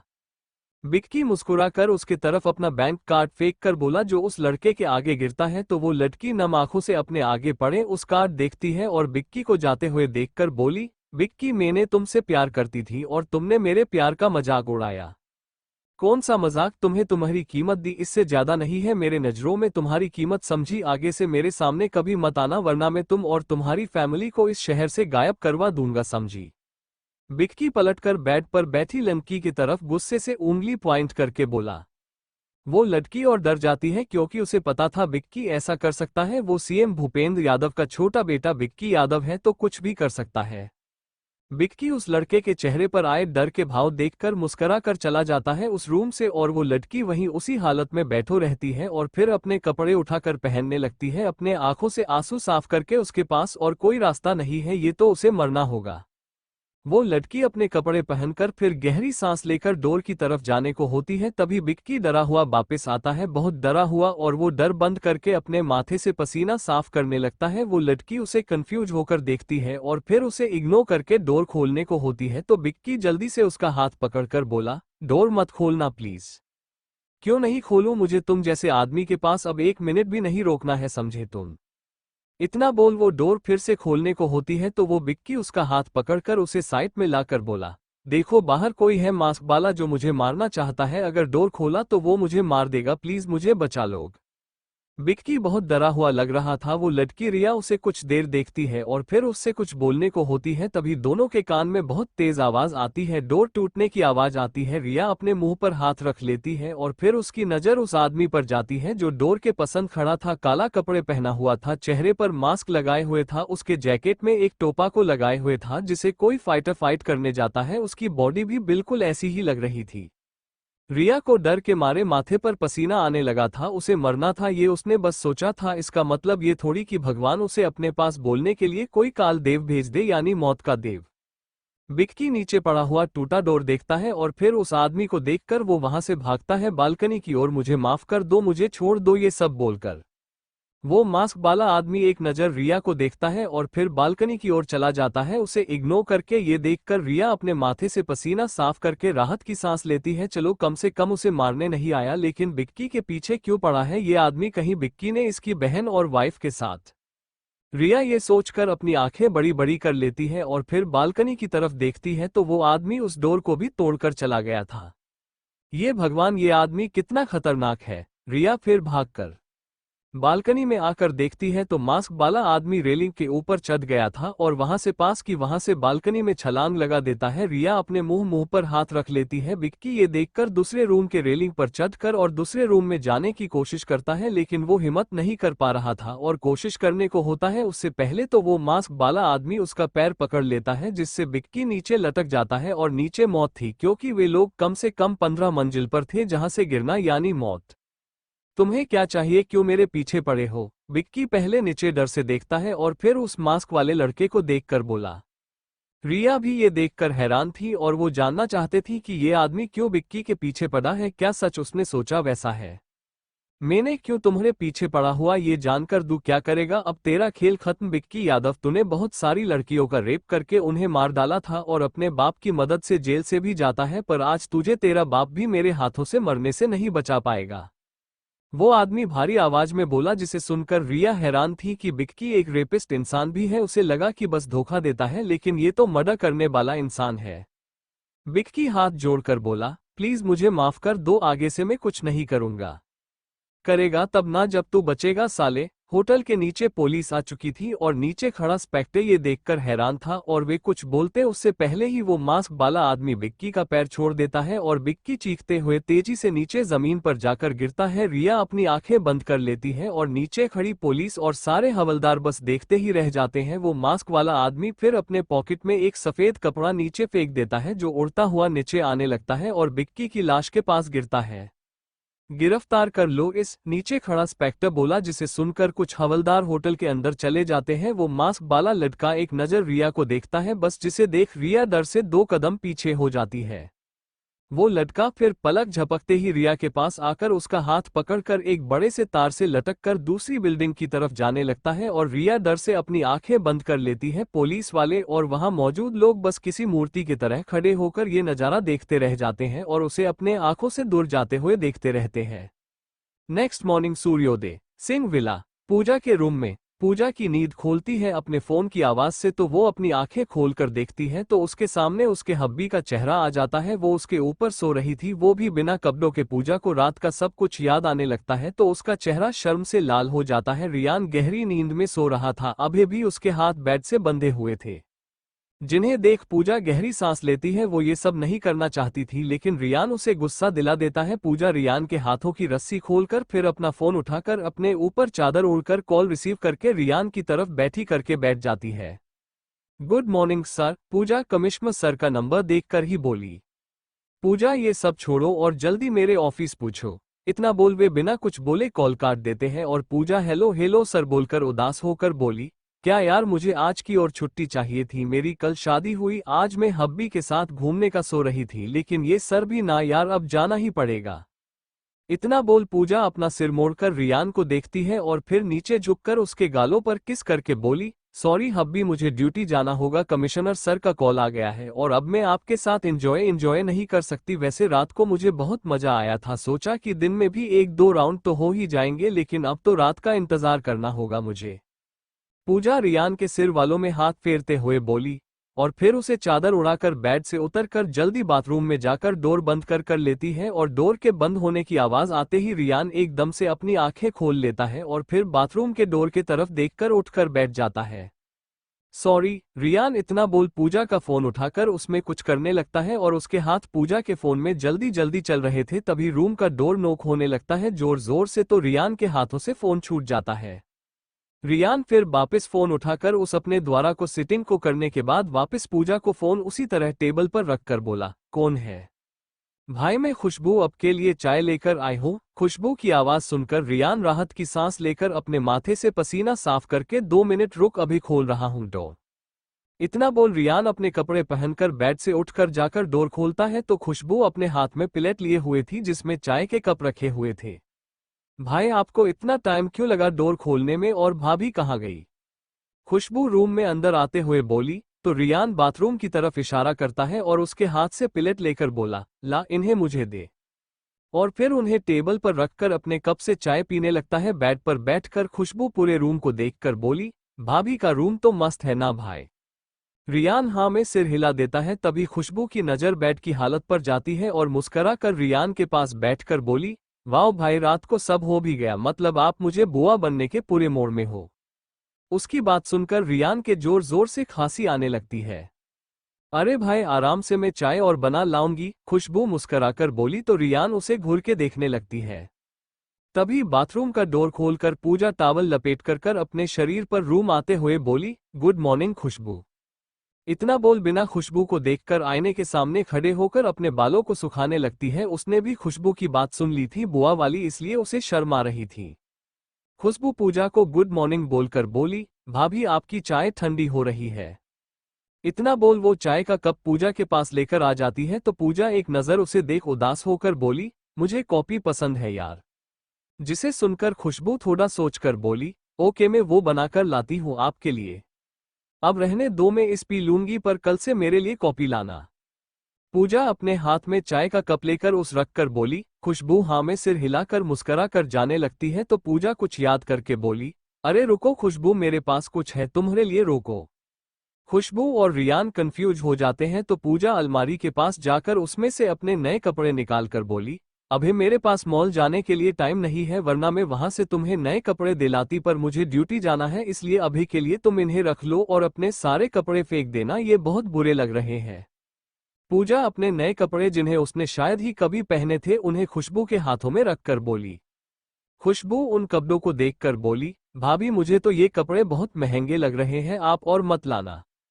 क्यों नहीं लाना, अब तुम उन पुराने कपड़ों को मत पहना, और लो ये भी रखो, ये भी कभी नहीं पहनती हूँ। पूजा एक सुंदर हाथ की घड़ी और गले में और कान में पहनने के लिए गहने। भाभी ये सब क्यों? इतना बोल खुशबू रियान को देखती है जो पूजा को ऐसा करते हुए देखकर हैरान था, और वो पूजा से कुछ बोलने को होता है तो पूजा खुशबू के गाल पर प्यार से हाथ फेरते हुए बोली, ये मेरे तरफ से रखो और बिना डर से इन्हें पहनना, किसी दिन छुट्टी रही तो हम शॉपिंग भी चलेंगे, तुम्हारे भाई के पास कपड़े नहीं है, मैं उन्हें अपने कपड़े तो नहीं दे सकती हूँ। उसकी बात सुनकर खुशबू भी पूजा के साथ मुस्कराने लगती है। खुशबू थैंक्स भाभी बोलकर चली जाती है। इसके जाने के बाद पूजा रियान को देखकर बोली, हब्बी आपके लिए भी मेरे पास एक चीज है जो मैंने स्पेशल अपने पति के लिए थी।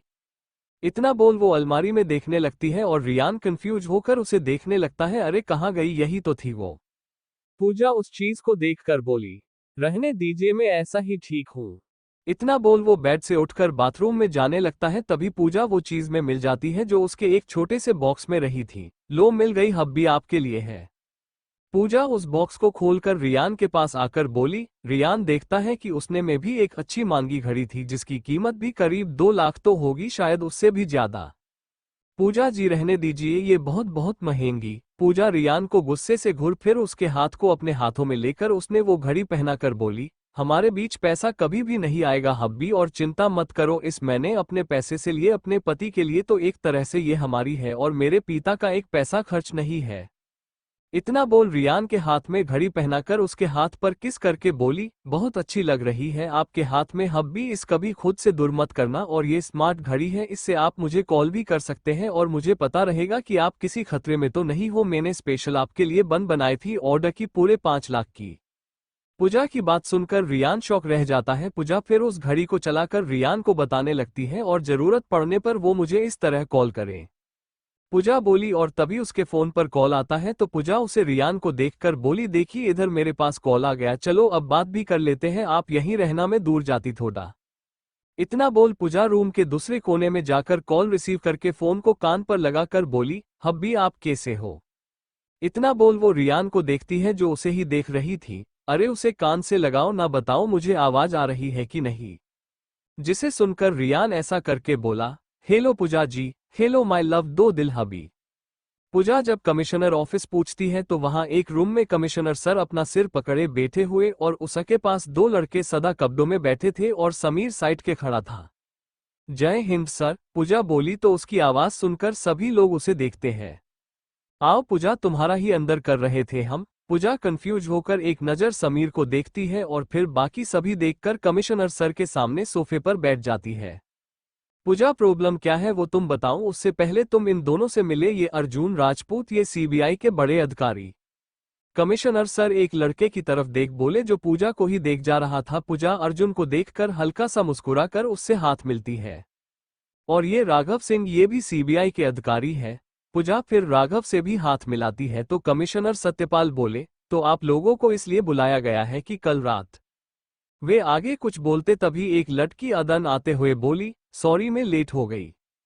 सभी लोग डोर की तरफ देखते हैं तो वहां एक खूबसूरत लड़की कोट पैंट पहने खड़ी थी। मिस टीना आओ, अभी मीटिंग शुरू होने वाली थी। जिसे सुनकर वो लड़की टीना मुस्कुराकर राघव के पास बैठ जाती है, सभी को हेलो करके। आप सभी को एक केस दिया जा रहा है, एक खतरनाक मास्क मैन को पकड़ने का, जिसने कल रात को सीएम सर के छोटे बेटे की मौत हो गई है होटल के बिल्डिंग से गिरकर।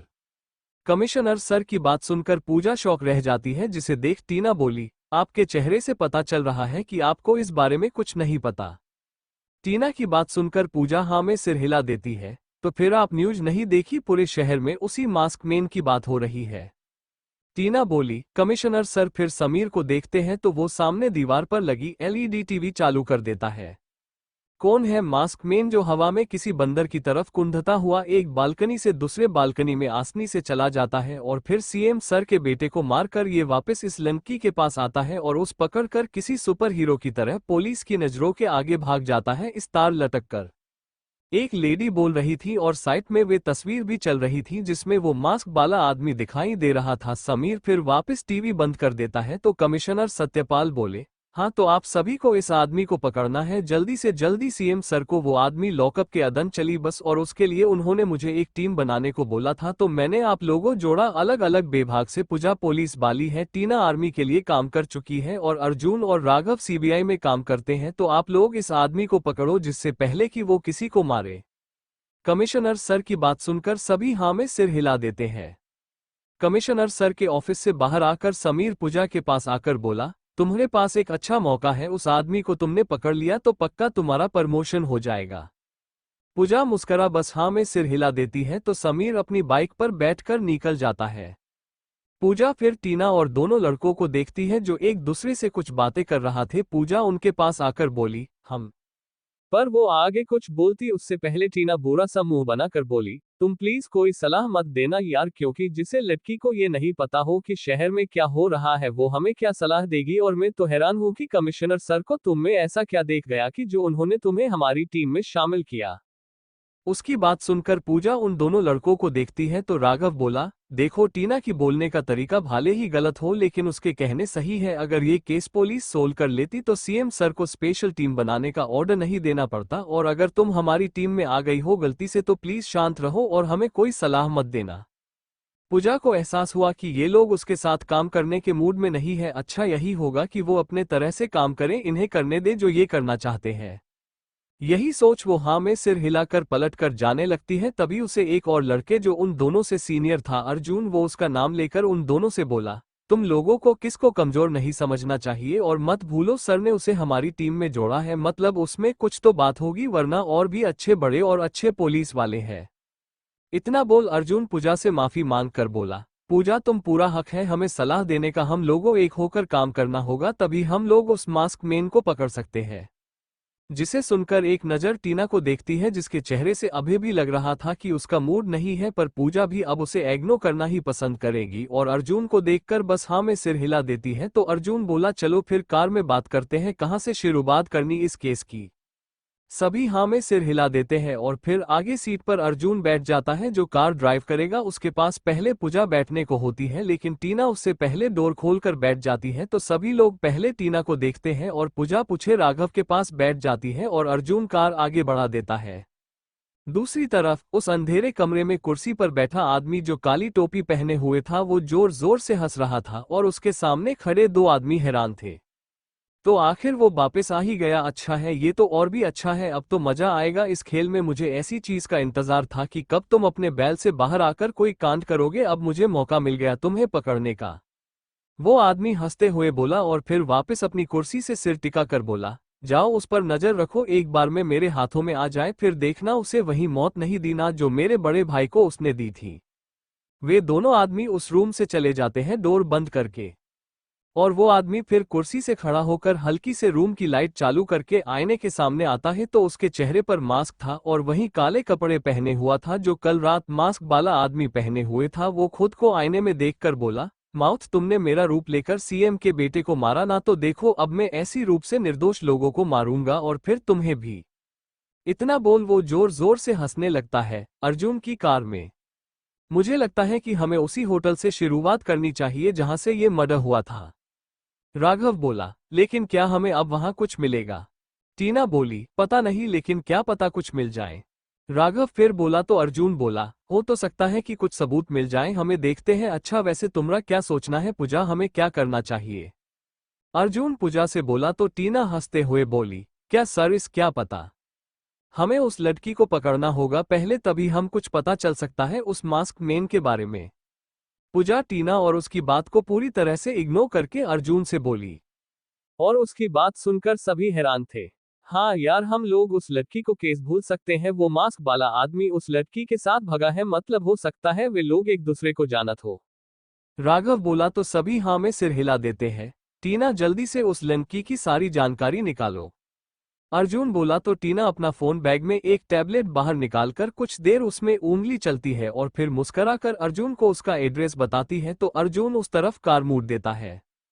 कुछ देर में उनकी कार एक छोटे से घर के आगे रुकती है और सभी कार से उतर जाते हैं। उसका घर यही होना चाहिए, टीना अपने टैबलेट में देखकर बोली और फिर उसे अंदर रख लेती है बैग में। अर्जुन सभी को देख फिर घर के मेन डोर के पास दीवार पर लगी बेल बजता है 2-3 बार। तो एक बूढ़ा व्यक्ति डोर खोलकर गुस्से से बोला, क्या क्यों बार बार बेल बजा रहे हो? शाम का समय सिंह विला। सुषमा जी किचन से बाहर आती है अपने हाथ में थैला लिए। आंटी जी आ, क्या जा रही है? सोफे पर बैठी खुशबू सुषमा जी को देख खड़े होकर बोली, मरने जा रही हूँ, चलोगी साथ में? सुषमा जी पलटकर चिढ़ते हुए बोली। जिसे सुनकर खुशबू पहले अपना सिर नीचे करती है और अपना सिर ऊपर करके बोली, मैं तो बस इसलिए पूछ रही थी ताकि आपकी हेल्प कर सकूं, अगर बाहर से कुछ लाना है तो मुझे बता दो, मैं लेकर आ जाऊंगी। कोई जरूरत नहीं, मेरे पैर अभी सही में ला सकती हूँ। इतना बोल वे पलट कर जाने लगती है तो खुशबू बोली, आंटी जी मैं लेकर आ जाएंगी, पक्का, आप परेशान ना हो। जिसे सुनकर सुषमा जी गुस्से में पलटकर खुशबू को देखती है तो वो अपना सिर नीचे कर डर से, तभी सुषमा जी की नजर सीढ़ी पर रियान पर जाती है, जिसे देख उनका गुस्सा और बढ़ जाता है, लेकिन फिर कुछ सोचकर रियान बोली, सोनो तुम यहाँ आओ। जिसे सुनकर खुशबू अपने पीछे सीढ़ी पर खड़े रियान को देखती है, जो एक नजर उसे देख फिर हाँ में सिर हिलाकर सुषमा जी के पास आ जाता है। लो मार्केट से सारा सामान लेकर आना। सुषमा जी रियान के हाथ थैला और एक पर्ची पकड़ाकर बोली। रियान उस पर्ची को देखता है, तुम्हारे पैसे है ना? सुषमा जी बोली तो रियान ना में सिर हिला देता है, क्या तुम्हारे पास 1000 रुपए भी नहीं है? सच में मेरी बेटी ने भिखारी से शादी की है, लो पूरे 1500, अगर इनमें बचे तो उनमें से कुछ नाश्ता कर लेना, हमारी फूटी किस्मत थी जो एक नौकर को इस घर का दामाद बनते देख रहे हैं। सुषमा जी रियान के हाथ पैसे पकड़ाकर फिर अपना सिर पकड़कर किचन की तरफ जाते हुए बोली। रियान अपने हाथ में पकड़े पैसे को देखता है और फिर एक नजर अपनी बहन को जो उदास होकर उसे देख रही थी, तो रियान हल्का सा मुस्कुरा देता है कि कोई बात नहीं, तो खुशबू भी मुस्कुरा देती है। रियान अपने हाथ में थैला और पैसे पर्ची लेकर घर से बाहर चला जाता है और उसके जाते ही खुशबू के आंखों में आंसू आ जाते हैं। इससे अच्छे तो वे लोग अपनी झोपड़ी में खुश थे, कम से कम उन्हें बेइज्जती तो झेलनी पड़ती थी। खुशबू फिर अपने आंखों से आंसू साफ करके पलटी है तो पीछे विक्रम खड़ा था, जिसे देख खुशबू अपनी नजरें चुराकर अपना सिर नीचे करके सीढ़ियों से अपने रूम में जाने लगती है, लेकिन तब भी विक्रम ने उसके आंखों में आंसू देख लिए थे और पलटकर एक नजर उसे जाते हुए देखत है। फिर वापस पलटकर किचन से आ रही अपनी माँ से बोला, मॉम आपने क्यों जीजू को ऐसा बोला? अरे क्या आदमी की पहचान सिर्फ पैसे से होती है? सुषमा जी हैरान होकर बोली, अरे तो उस भिखारी को जीजू क्यों बोल रहा है? और वो गरीब है, उसके पास ना कोई काम है और ना पैसे, तो उसे मैं क्या बोलूं? और मेरी बात याद रखना कि इज्जत पैसे से मिलती है, अगर आपके पास पैसे हैं तभी आपको चारों लोगों में इज्जत मिलेगी, समझा? और आगे से उसे जीजू मत बोलना, मैंने सुन लिया, तेरे पिता नहीं सुन पाएंगे और ऐसा ना हो कि वो तुझे भी इस घर से और दौलत से दूर कर दे। सुषमा जी विक्रम को घूर के बोली और फिर वे भी अपने रूम में चली जाती है। विक्रम बस गहरी सांस लेता है। दूसरी तरफ अर्जुन के ऑफिस में एक केबिन में कुर्सी पर उस लड़की रिया को बैठाया गया था और उसके आसपास अर्जुन, टीना, राघव और पूजा खड़ी थी। हाँ तो मिस रिया, आपने कहा कि आप उस मास्क वाले आदमी को नहीं जानती है, राइट? अर्जुन बीच में रखी टेबल पर अपने दोनों हाथों को रखकर रिया को घूर के बोला। जिसे सुनकर रिया एक नजर सभी को देख फिर हाँ में सिर हिलाकर बोली, वो कौन है मुझे नहीं पता, मैं तो आदित्य के साथ थी उस रूम में और तब वो मास्क वाला आदमी आया और उससे बचने के लिए आदित्य भागा था और उसके पीछे वो मास्क वाला आदमी गया और उसे नीचे गिरा दिया बिल्डिंग से। रिया गहरी सांस लेकर बोली। तो उसकी बात सुनकर टीना बोली, अच्छा ऐसा क्या, पर मुझे तो लगता है कि तुम उस मास्क वाले आदमी की गर्लफ्रेंड है। तुम दोनों ने आदित्य को अपने जाल में फंसाया और उसे रूम में लाकर तुमने उसे मरवा और फिर अपने बॉयफ्रेंड के साथ भाग गई, राइट? टीना की बात सुनकर सभी लोग रिया को देखते हैं तो रिया जल्दी से ना में सिर हिलाकर बोली, नहीं सच में उसे नहीं जानती हूँ, मेरा विश्वास करो। टीना गुस्से में रिया के बाल पकड़कर उन्हें खींचकर बोली, तूने हमें क्या पागल समझा है? देख मुझे गुस्सा मत दिला वरना दूसरा तरीका का भी तेरे मुंह से सच निकलवाने का। टीना की बात सुनकर कर भी रिया कुछ नहीं बता रहे थी तो टीना उसे मारने लगती है। टीना रुको, अर्जुन के इशारे पर राघव टीना को दूर करता है रिया को और उसे समझाते हुए केविन से बाहर ले जाता है। उनके जाते ही पूजा रिया के आगे पानी की बोतल रखकर बोली, लो पानी पी लो थोड़ा। रिया दर्द में अपने गाल पर हाथ रखकर बोली, आप लोग मुझे क्यों मार रहे हैं? अरे वो आदमी अपनी जान बचाने के लिए मुझे लेकर भागा था, मैं उसके साथ नहीं हूं और ना मैं उसकी गर्लफ्रेंड हूं। जिसे सुनकर अर्जुन हाँ में सिर हिलाकर बोला, ओके पानी पियो, हम समझ गए को तुम्हें कुछ नहीं पता उस मास्क वाले बारे में, लेकिन तुमने उसे देखा करीब से इसलिए तुम्हें हमारी मदद करनी होगी, उसके बारे में बताना। अर्जुन फिर पूजा के साथ केविन से बाहर आ जाता है और एक आदमी को अंदर भेज देता है जो रिया के हिसाब से उस आदमी की तस्वीर बनाने वाला है। पूजा अर्जुन के साथ बाहर आकर बोली, सर मुझे लग रहा है कि इस लड़की को सच में उसके बारे में ज्यादा नहीं पता, हमें और कुछ सोचना होगा उसे पकड़ने के लिए। अर्जुन हाँ में सिर हिला देता है और दोनों केविन के अदन देखते हैं जहां वो आदमी तस्वीर बना रहा था एक कागज पर। टीना और राघव भी वहां आ जाते हैं। वो लड़की झूठ बोल रही है, पक्का वो मास्क वाला इसका बॉयफ्रेंड है और उन्होंने पूरा प्लान करके आदित्य को मारा है। टीना बोली, सभी को देखकर तो अर्जुन और पूजा एक दूसरे को देखते हैं और पूजा कुछ बोलने को होती है तभी उसके फोन बजने की आवाज आती है तो वो अपने पैंट की पॉकेट से फोन निकालकर देखती है तो समीर का कॉल देख पूजा सभी 1 मिनट बोलकर साइट में आकर कॉल रिसीव करती है। तो दूसरे तरफ से समीर की आवाज आए, पूजा अबे अबे एक आदमी का कॉल आया है, उसने बोला कि उसके ढाबे पर एक मास्क लगा आदमी आया और वहां एक आदमी को पकड़कर मारने लगा और फिर उसे खींचकर लेकर गया। पूजा हैरान होकर बोली, क्या कौन सा ढाबा है वो, मुझे उसका एड्रेस भेजो, मैं अभी वहां आ रही हूँ अपनी टीम के साथ। इतना बोल पूजा कॉल काटकर अर्जुन से बोली, सर अभी अभी उस मास्क वाले आदमी ने एक आदमी के ऊपर हमला किया है किसी ढाबे पर। पूजा की बात सुनकर सभी शौक रह जाते हैं, तो फिर हमें वहां चलना चाहिए, वो आदमी बचाना नहीं चाहिए।